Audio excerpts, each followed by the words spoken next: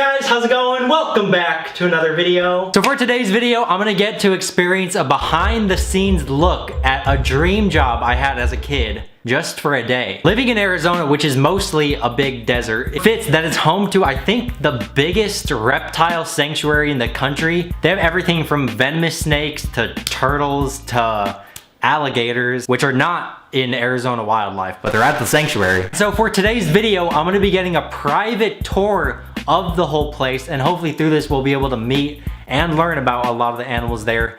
I mostly want to hold them. In addition to just getting a tour, I'm actually going to be able to work as an animal caretaker for a couple hours.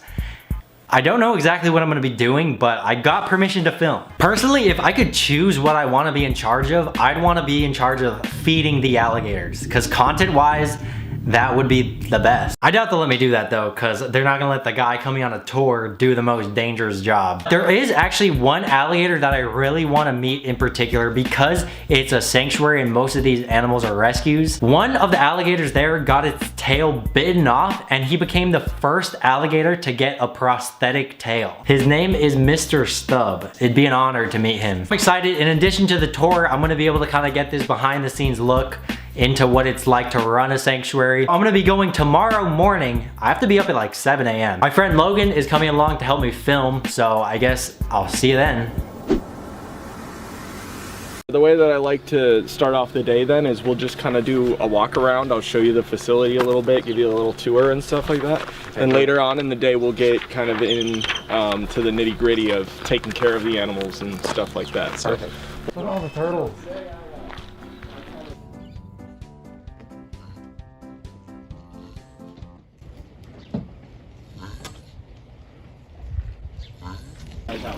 So this is actually our Galapagos tortoise pen and our Aldabra tortoise. Wow, the largest species in here. We have the Aldabra tortoise over here. We've got the Sulcata tortoise right here and right there. Largest species in the world, second largest species in the world, and third largest species right here. What's the oldest one you think? So our oldest is probably African Sulcata, and I think we have one that's about 60 years old. This was probably the first 30 minutes of the day, just meeting all the different tortoises. I probably met like 200 turtles. I even got to touch them. Definitely the animal they have the most of. They even mentioned that it's not ideal to have this many in this amount of space. They said all these tortoises have become the most commonly dropped off animal to them because people buy them maybe when they're tiny and don't know how big they'll get. And as you kind of even saw, there's so many together that it kind of just turns into a giant tortoise orgy. It definitely seems like a good place to be a tortoise. Especially their diet seems pretty good too. The leftovers. They eat pineapple. They do. They do. Not They bad, shouldn't get a lot of fruit, but they can have a small amount of fruit in their diet, and that's okay for them. Mostly a reptile sanctuary, but we do have some mammals.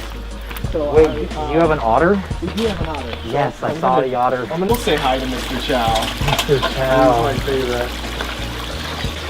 I know. Aww. He doesn't like it when I put the mask on because he likes it. I've never pet an otter. He comes inside every night. Yeah, I know.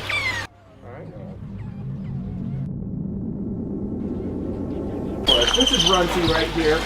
She doesn't like humans very much. Hello. Yeah.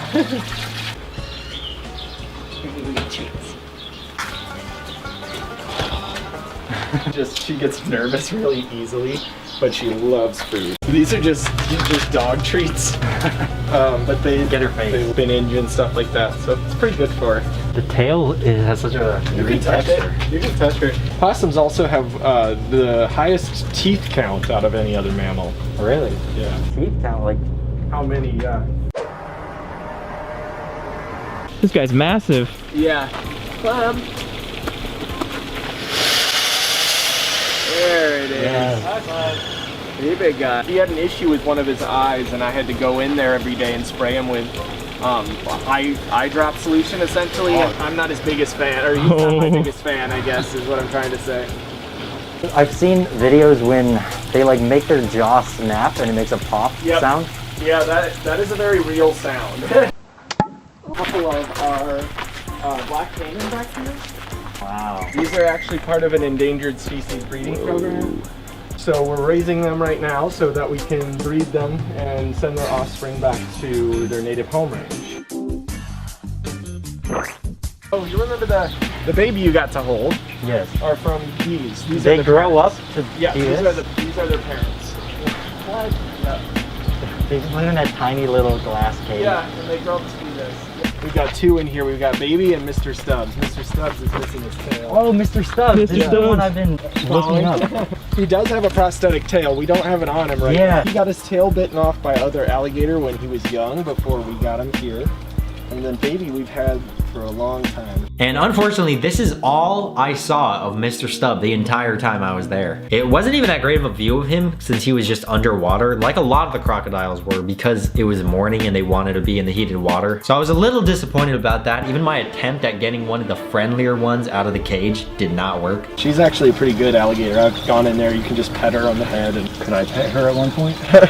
We might be able to get in there. Which, yeah, we never got in there. So after the crocodile part, that pretty much concluded the tour part of the day. We did get to see some of the snakes they had, which some were huge, but I didn't really get to hold any of them besides just seeing them through the cage, and some of the footage ended up getting deleted somehow. But one of my favorite parts was holding this amazing colored chameleon.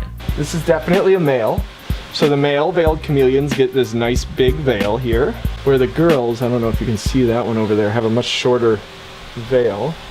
There he goes. I love their eyes.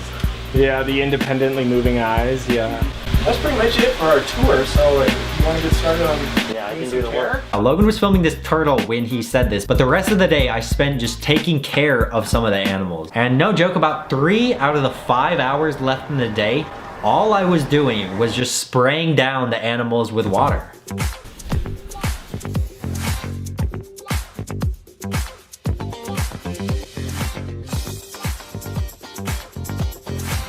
I almost have too much footage of spraying down these reptiles. I made nearly every reptile in that sanctuary moist. And one of them I know people would love to see on this channel was when I sprayed down all the roaches. There were literally so many Delilahs in there. Also during this time of spraying them down, I was also taking their food and water out and replacing it. I spent a good amount of time, like 30 minutes, just cutting vegetables. Iguanas eat healthier than most Americans. So I'm thinking content-wise, there's really not that much. I pretty much spent the last hour of the day kind of cleaning turtle cages. So even when I was there, I was kind of overthinking it and worrying that I'm not doing anything that's super entertaining for the video. Like you can only watch me change out food and water and put tiny lizards back in the cage for so long.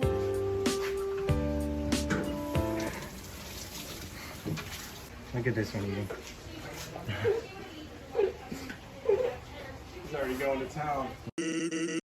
But as I thought about it, I guess that is kind of, in a sense, a more authentic experience of what running a sanctuary is like. It's not always fun and games getting to hold them like I want. It's definitely a lot of work every day to make sure all these animals stay healthy. And I did get to hold a good amount of them throughout the day, only for like a second though. Like this millipede that I held, which were really interesting because they have over 100 legs. And you can kind of see up close how they all kind of move together to help him move. Okay, I'm home. That was my time at the sanctuary. I'm with Kitty now, my #1 favorite animal. It's such a good time there. I almost learned so much that I don't remember any of it. It's kind of a blur. So I had a good time, but I was kind of thinking for the video, I don't know how well it did come off because I was literally there all day from 9 a.m. and I left at 4 p.m. So I guess it kind of depends how much makes it in the video. I was just a little bit disappointed that I didn't get to do something, I guess, crazier. I don't know what I had in my mind, like holding a giant snake or a giant lizard. Like I knew that there were so many crocodiles there. I was kind of hoping I'd be able to see them being fed, even if I wasn't the one doing it. And I only say that because online I actually saw some pictures and videos of where they did allow people to get closer to the crocodiles, but I don't know, I guess maybe that just wasn't the day for it. And with social distancing and with the masks, maybe that limited the, how much I could really do. I guess I kind of just wanted a part in the video where it kind of slowed down and I was able to focus on one animal specifically and learn about that one. There's so many different ones that every minute I was getting introduced to a different one that it almost, like I said, it kind of all blurred together. I basically paid a couple $100s to spray down lizards and then clean turtle poop from cages. The work portion of the day, that's all I did. And I definitely don't blame Logan for this, but I was looking through the footage and a lot of it is probably not very usable because it's blurry, it's very shaky, or like sometimes it didn't get panned up to us until like midway in the conversation. It's just very out of context. If you're ever in the Phoenix area, you can visit this place yourself. Even just visiting is a great way to support these kind of places because they obviously rely on donations and stuff to help them run. I'll actually link their website in the description. I appreciate them for letting me film there. I have to get permission to film. Like I said, hopefully this is first of many that I'll be able to do with animals. And next time, hopefully I'll be able to get kind of more up close with them. I think that's all I want to talk about this video. Thank you all for making it to the end of this video. I love you guys and hopefully I'll see you next time.